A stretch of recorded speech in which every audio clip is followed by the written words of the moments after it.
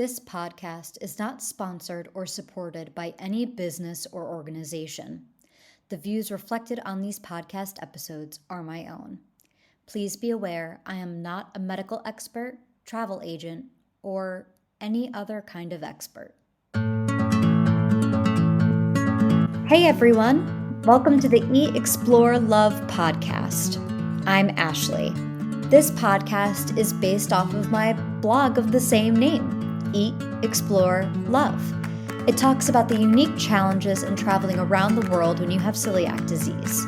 Due to sort of popular demand, I decided to also record a podcast to delve a little deeper into my travels and the lessons learned along the way.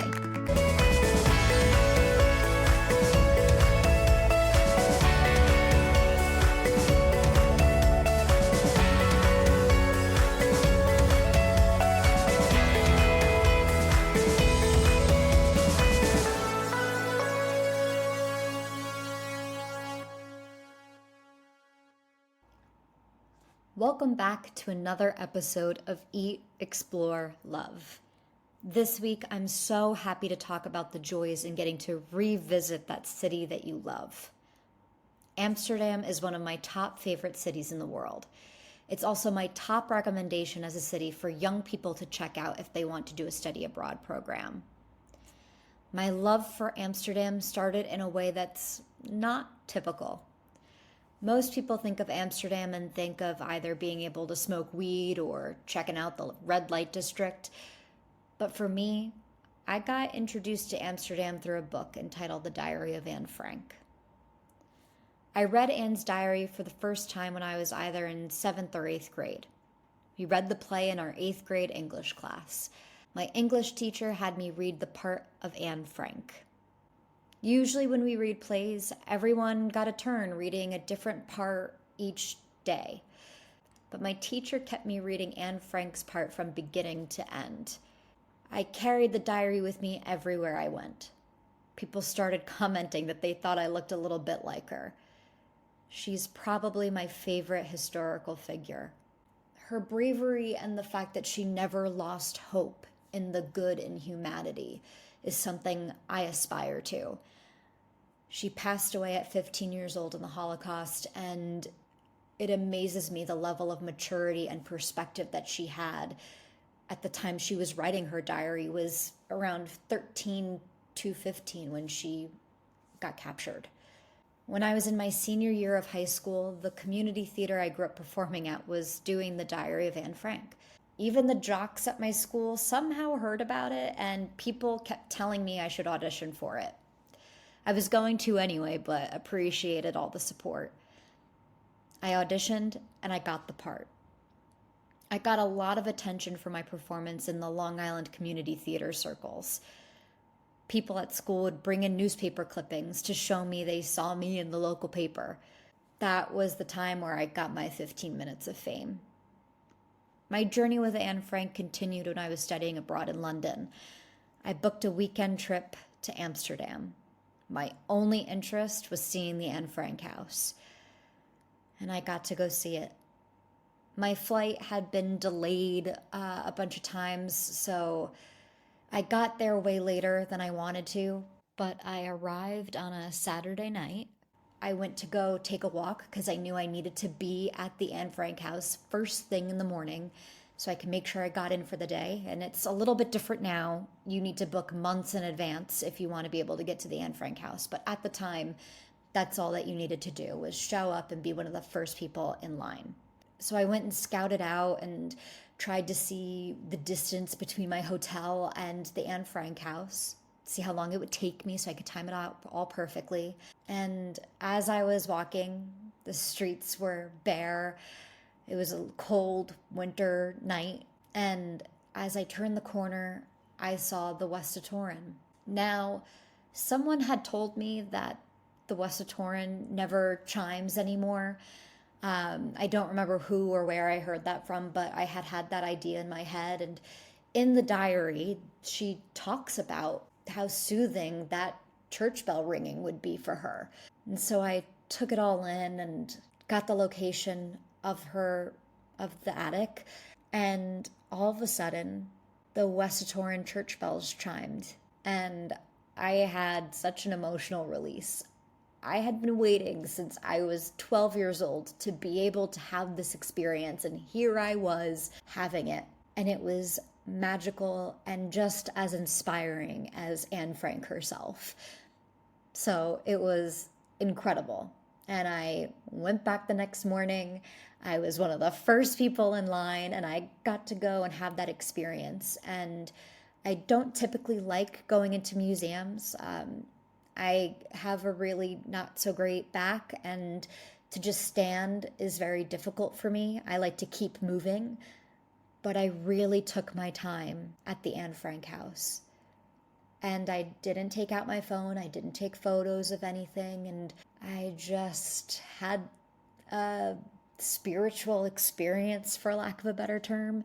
And I remember going through the house and seeing the markings of her and her sister Margot's height on the wall. And yet again, I broke down in tears because they were no longer just people I read about in pages, in books. They were real. I could see that she was a foot taller than I am right now. She was a person, a real person. Then I also had heard there was a statue of her nearby the Anne Frank house. So when I finished going through the house and seeing the attic, I left and I was wandering around the streets trying to find the statue. I couldn't find it, and people were on their way to church or they were out and about. And I kept asking people where the Anne Frank statue was, and people did not know what I was talking about. They excused themselves, they were sorry, and then the streets were bare again. And this woman left the church in, I guess, the middle of Mass, and she found me and she said, "I finally figured out what you were asking me. Let me show you where it is." And she brought me to the Anne Frank statue and took a photo of me next to it. She left church mass to help me figure out this experience. It was truly incredible, and that's when I fell in love with the people in the city of Amsterdam. It was the best experience of my life. And believe it or not, the journey still didn't stop there. When I got back to the United States, I got an internship at the Anne Frank Center in New York City. They were going to do a film festival, and I happened to be the right person at the right time to help with this experience. The people that worked there were incredible. I even got to meet Anne Frank's cousin. There's a photo of Anne as a toddler playing in the sandbox with her cousin.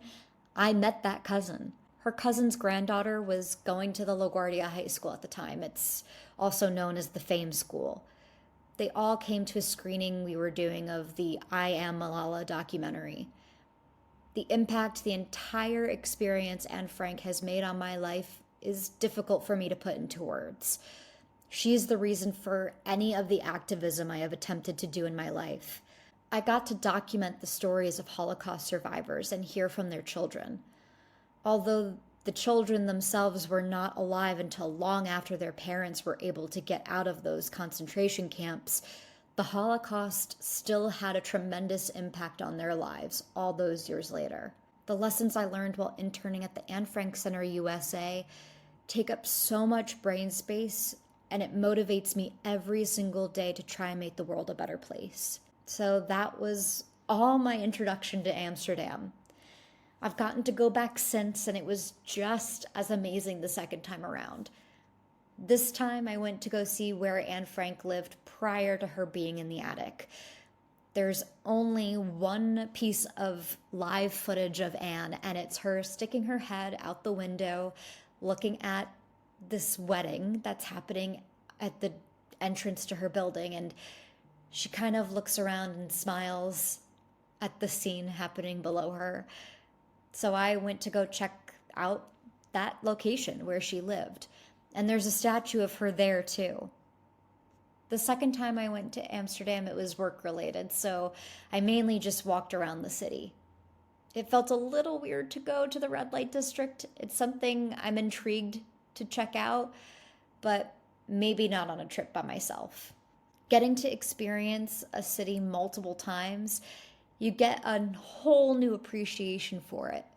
Each time I've gotten to go to Amsterdam, I've gotten to have totally different experiences and see something new. You get a new appreciation for it.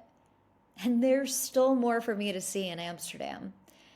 Getting to travel opens up your horizons in ways you can't even imagine. My trip to Amsterdam had an entire ripple effect on my life that fundamentally changed who I was as a person. I became okay with just traveling alone there. I've gotten to meet incredible people. I got to experience a portion of my career that I otherwise wouldn't have had the opportunity for. I hope I never get tired of visiting Amsterdam over and over again.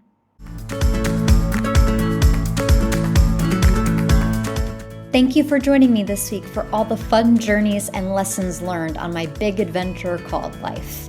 For more information on the different cities discussed, check out the blog posts on eatexplorelove.com, posted every Monday, Wednesday, and Friday. If you have any questions or fun stories to share, feel free to reach out at hieatexplorelove@gmail.com. Until next week, remember to eat well, explore the world, and love yourself. See you next time.